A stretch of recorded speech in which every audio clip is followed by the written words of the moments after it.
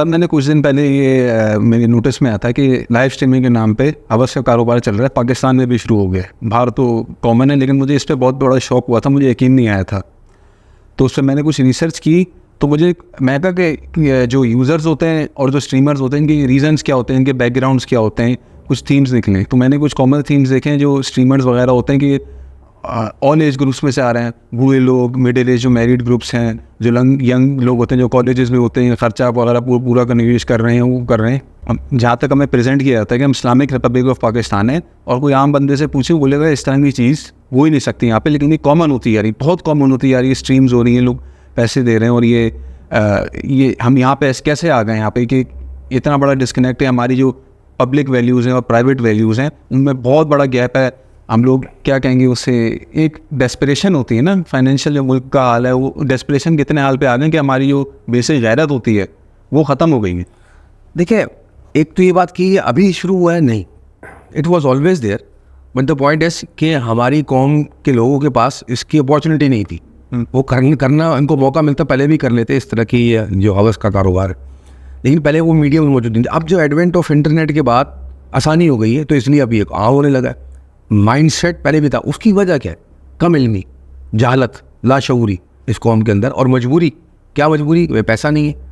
तो आप मेरी नॉलेज के मुताबिक जो मैंने इस पर रिसर्च की कि गरीब घराने की ख़वातीन जिनके घरों में प्लस्तर भी नहीं हुआ, बैकग्राउंड अगर आप उनकी देखें, वो लाइव स्ट्रीम कर रहे हैं, और स्ट्रिपिंग, टीजिंग, और फैन, क्या कहते हैं उसको, fan page, fan only fan page, उसमें वो उसको कॉइन्स दे रहे हैं, स्टार दे रहे हैं, और उसके बकायदा मैचेस हो रहे होते हैं। फला जो उसकी सेलिब्रिटी है इस प्लेटफॉर्म की, उसकी दूसरी सेलिब्रिटी के साथ मैच हो रहा है, वो दोनों स्ट्रीम कर रही हैं।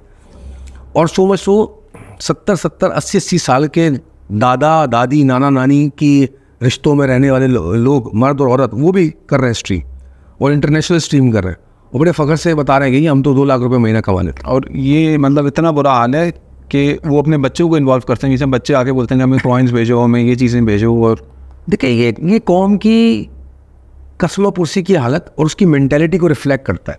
कसमापुरसी की हालत ऐसे कि इस कौम में क्योंकि जॉबलेसनेस है, गुर्बत है, तो जो भी इजी उनको एक्सेस मिलता है जिससे पैसा कमाया जा सकता है, वो तरीका अख्तियार करते हैं। कि आपको पता चला वो जो स्कैमिंग का एक तरीका होता है, जो फ़ोन करके आपको बेचते हैं, आपका जीतो पाकिस्तान में फला में ऐड में आपका इनाम निकला है, या आप में ईजी पैसा मुझे करा दें आपका, या आप दूसरे तरीके का स्कैम चल पड़ा है कि हम स्टेट बैंक से बात कर रहे हैं, हम आर्मी से बात कर रहे हैं, आपका ये मसला हो गया, and they drive you into giving you money.